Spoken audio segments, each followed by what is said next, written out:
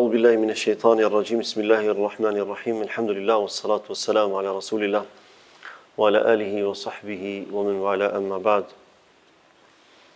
Lavdi, falënderimi dhe adhurimi i takojnë Allahut, krijuesit absolut të gjithësisë. Vetëm atij mbështetemi dhe vetëm prej tij kërkojmë faljen e mëkateve tona, mbulimin e tmetave tona, si dhe pranimin e veprave tona. Salavatet, selamet dhe përshëndetjet më të përzemërta dhe më të sinqerta çdo herë dhe pa ndërprerje ja adresojmë Muhammed Mustafa alayhi salatu wassalam, familjes së tij, shokëve të tij dhe gjithë pasuesve të traditës së tij, deri në ditën kur nuk do të ekzistojë më kjo gjësi. Besimtarë nderuar, vazhdojmë me trajtimin e jetëshkrimit të Muhammed Mustafa alayhi salatu wassalam. Dhe siç e dini, kemi arritur tek një prej ngjarjeve më madhështore në historinë islame, në veçantë në raport me Muhammed Mustafa sallallahu alaihi wasallam, e që është ngjarja e Isras dhe Mirajit. Fillimisht kam përmendur atë që ka përjetuar pejgamberi Allahut gjatë udhëtimit të tij horizontal, toksor, nga qabja e bekuar, nga Mesjidul Haram në Mesjidul Aqsa, duke i vizituar vendet e shenjta që aso kohë ishin të shenjta dhe disa tjera që do të bëheshin të shenjta, konkretisht Medinja, pasi që të bëhet hijreti, pra si një lloj paralajmërimi për pejgamberin Allahut dhe njoftimi për të se cili do të jetë destinacioni i tij hijretit. Dietarët i kanë nxjerrur dhe hadithet, sidomos Imam Behiqiu në Dalailun Nubuwa, që flasin rreth disa prej sekuencave që ka filluar me i pa dhe me i përjetu pejgamberi Allahut gjatë Isras dhe Mirajit. Andaj unë do t'i përmend disa, ndonë se për renditin e tyre ka diskutim të dietarët se a janë prej sekuencave që i ka parë gjatë shkuarjes apo gjatë kthimit, por besoj se kjo renditje është ajo që është më e saktë e Allahu e din më së miri.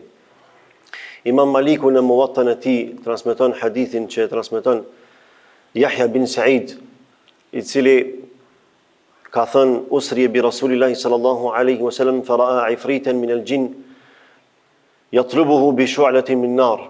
Thot kur është bartur pejgamberi Allahut për ta bërë udhimin e Isras dhe Mirajit, ai e pa një ifrit nga e xhinët. E xhinët janë disa llojesh. Ifriti është një prej llojeve më të mëdha të xhinëve.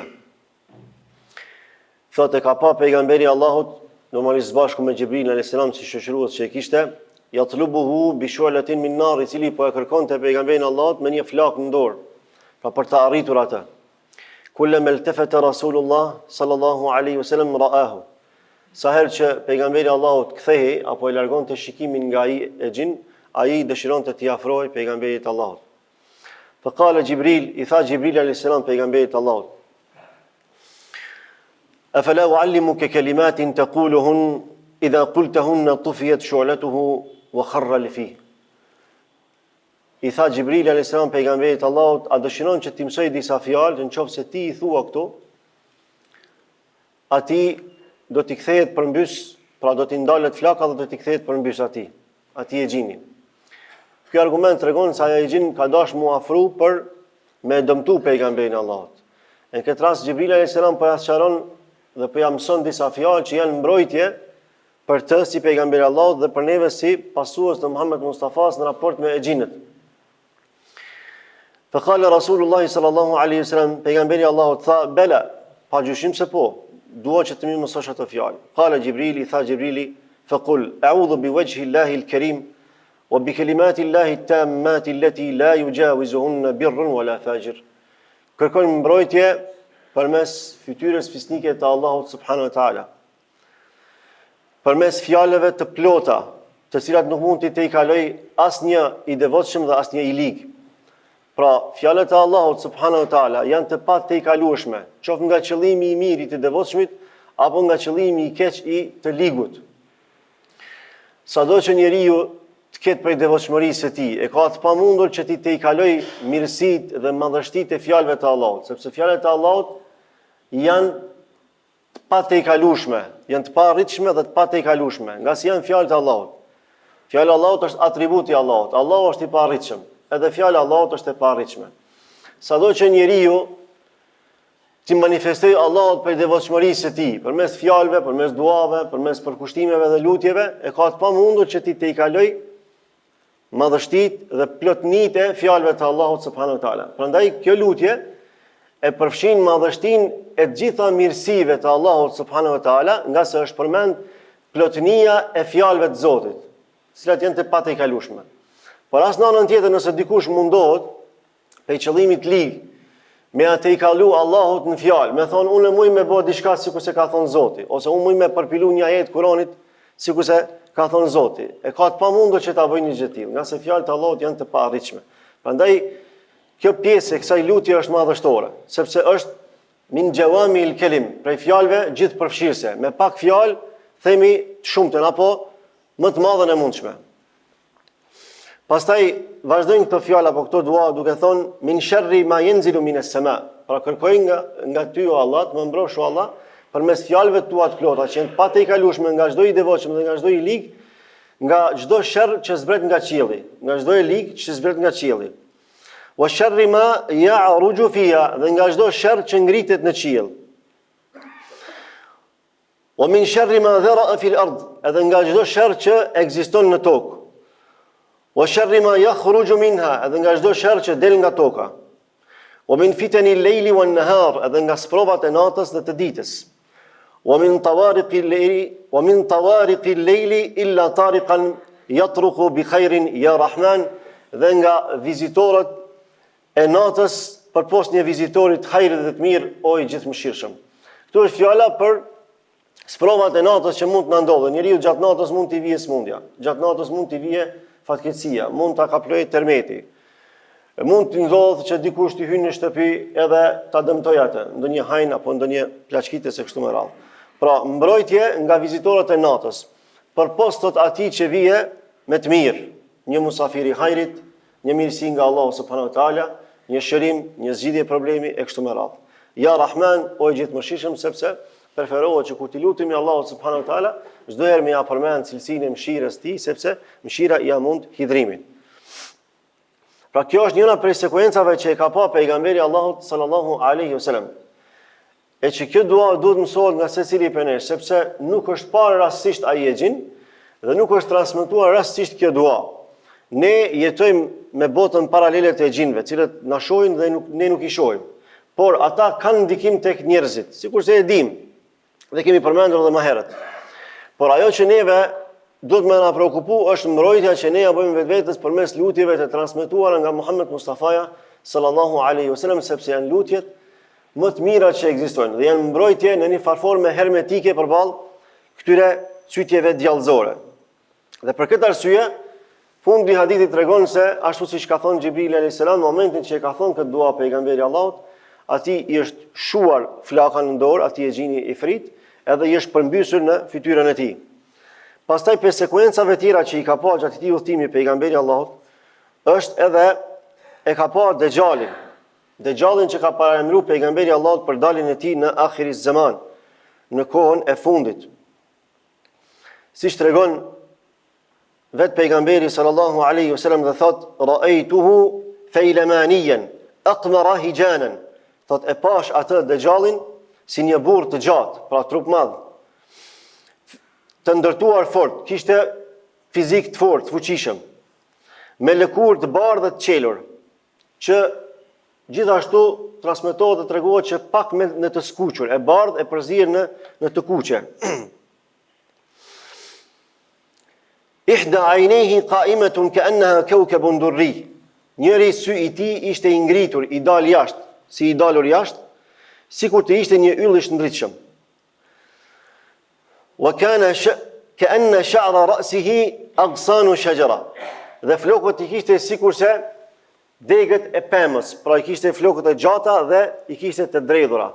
Keni parasysh disa frizura që i shohim kohëve të fundit, ata në stilin e kokmadhit, kështu që i bëjnë.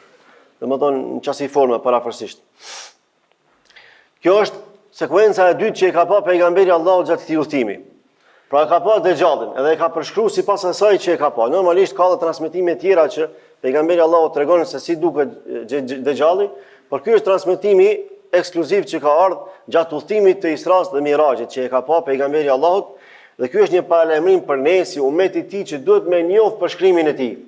A duhet më u friksu prej tij? Jo, duhet më u friksu prej humbjes së imanit apo dobësisë së imanit tonë, sepse ajo që do ta mbrojë muslimanin kur të del dexhalli do të jetë imani i tij i sinqert, imani i tij i fortë, për kushtimi i tij ndaj Allahut subhanahu wa taala, sepse do të ketë shumë për njerëzve, madje edhe për muslimanëve, që fatkeqësisht do të vinë prej dexhallit, i cili do të ketë disa karakteristika me të cilat ai do t'i friksoj disa e do t'i josh disa të tjerë. Pastaj prej asaj që ka pa pejgamberi Allahut gjatë këtij udhëtimi është edhe ajo që e transmeton Abdullah bin Wahab, i cili thot haddathani Yaqub bin Abdurrahman, më ka transmetuar Yaqub bin Abdurrahman nga babai i tij, nga Abdurrahman bin Hashim bin Utba bin Abdul Waqqas, nga Anas ibn Malik radhiyallahu anhu, i cili thot se ka thënë Lemma jaa Jibril alayhi salam, kur ka ardhur Jibril alayhi salam bil buraq, me burakun që kemi treguar me kafshën e xhenetit që e ka transportuar pejgamberin e Allahut për në Isra dhe Miraj. Fekannama sarrat udhunayha, ajo sikur i lëvizi veshët e saj, në një farë forme sikur u friksua kur e pa pejgamberin e Allahut, sepse nuk e kishte parë më herët një krijesë njerëzore. Prandaj Jibrili i tha, qetësoju sepse ty nuk të ka hyrë dikush më i ndershëm, më madhështor, më i çmuar, më fisnik se sa Muhamedi sallallahu alaihi wasallam. Pastaj thot fa idha huwa bi'ajuzin tani'in ala janbi at-tariq. Por një moment thot pejgamberi i Allahut e pa është një grua plak që qëndronte rreth rrugës apo anash rrugës, e cila po frymonte me vështirësi, po merrte frym me vështirësi. E pyeta Xhibril alayhis salam dhe më tha vazhdo e hec, mos u ndal, vazhdo e hec. Dhe pastaj më tregoi dhe më tha amma al-ajuzu allati ra'ayta ala janbi at-tariq falam yabqa min ad-dunya illa ma baqiya min tilka al-ajuz. Do të plakën që ti e pe është mosha e dunjas që i ka mbetur për të ekzistuar. Pra, ka që i ka mbet jetë kësaj bote, kësaj gjithësie. Pra, jeta e kësaj bote e ka arritur pleqërinë e vetë. Është në fundin e jetës. Edhe i thot, ka që i ka mbetur jetë ekzistencës së kësaj gjësie dhe të kësaj bote. Me këtë e ka kuptu pejgamberi Allahut që mes ti, mes kohës së ti dhe mes ndodhisë së kiametit është një periudhë shumë e shkurt kohore. Dhe derisa kjo është kuptuar nga pejgamberi Allahut se sa afër e kemi kiametin, si është fjala me ne pas 1400 e sa viteve pas tij. Pra jemi shumë afër ndodhisë së madhe apo kataklizmës së madhe të kiametit. Dhe prej sekuencave tjera që i ka pa, e fundit për sot që do të përmend, është kur e ka pa apo e ka ndi aromën e bukur, ka ndi një aromë të bukur dhe ka thonë Xhibril alayhis salam, ç'është kjo aromë e bukur? I ka thënë kjo është aroma e kreheses së kujdestarës së bijave të faraonit. Edhe ja ka treguar ngjarjen Xhibril alayhis salam. Bëhet fjalë për kujdestarën e bijave të faraonit, e cila është kujdesur për dukjen e bijave të faraonit. Ekskluzivisht është marrë me dukjen, si me thon frizere e tyne. Edhe ajo duke ja kreh flokët njërës prej bijave të faraonit, i bie krehri i saj në tokë. I bie në tokë, edhe thot bismillah edhe e merr. Kur thot bismillah, vajza e faraonit i thot, a e ke fjalën për babën tim? Pra po thon në emër të babës tim, sa ata e kanë konsideruar zot faraonin. Thot jo, e kam fjalën për Zotin tim dhe Zotin e babës tonë, për Allahun. Thot, a ti tregoj babës që e të thonë? Thot, tregoj lirisht. Edhe shkon i tregon faraonit, babës vetë, i thot, kështu tha, kujdestarja, apo frizerja e flokëve të mia. Thot, ma thirrni këtu. Thot, për kanë e ke pas fjalën? A ke pas fjalën për mu? Jo, thot, e kom pas fjalën për Zotin tim dhe Zotin tonë, për Allahun. Ju thot ushtarëve të vetë, përgatit në një kazan të madh, edhe jo me përvlu këto me ujë val, po me përvlu në bakër, shkrinë e bakrin, edhe me përvlu në bakër. Për këto që e ka thonë edhe me bo model edhe ërnek për tjerë qka, thonë se ka zot tjetër për pas faraonit. Kjo thot bën qka dush, nuk e kam problem. E marrin e zin kazanin me bakër. Ajo i ka pas 3 fëmijë. Ja marrin fëmijën e parë Jahudhën, ajo nuk lëkundet. Shumë e fuqishme në iman. Jahudhin fëmijën e dytë nuk lëkundet. Kur marrim Jahud fëmijën e tretë, ajo i thot, një kërkesë kam prej teje o faraon. Thot, a ka mundësi që pasi që të na vrasësh neve, me i tubu që ato shkamesin për eshnave tona, për mbetjeve tona, edhe me na varros me një vend. thot po ka mundësi. Po ti thotë nuk po kthehesh për kësaj që i ke thonë, po një moment ajo e ndin një lloj mëshire për foshën e vet Sapolino, se ky i vogli ka qenë në foshnjeri, pra ka qenë duke pi gjinj për nënës vet. Edhe normalisht që mëshira e nënës, po një moment ajo e ndin atë mëshirën e thot, a thomuj me përballu tash ku të ma hedh këtë tretin në kazan. Allahu subhanahu wa taala me mrekullinë e tij ja bën të mundur me fol fëmia i saj. Edhe thot, oj non, hidhu lirisht se dënimi i ditës së gjykimit është më i madh se sa dënimi i kësaj bote. Edhe ajo hudhet me ndihmën e Allahut subhanahu wa taala dhe bëhet një prej 4 rasteve që kanë fol fëmia në foshnjeri. Kjo është një prej rasteve. Isa alayhis salam është rasti i dytë. Xhurejxhi është rasti i tretë, ai i devotshmit që i kanë shpif moral.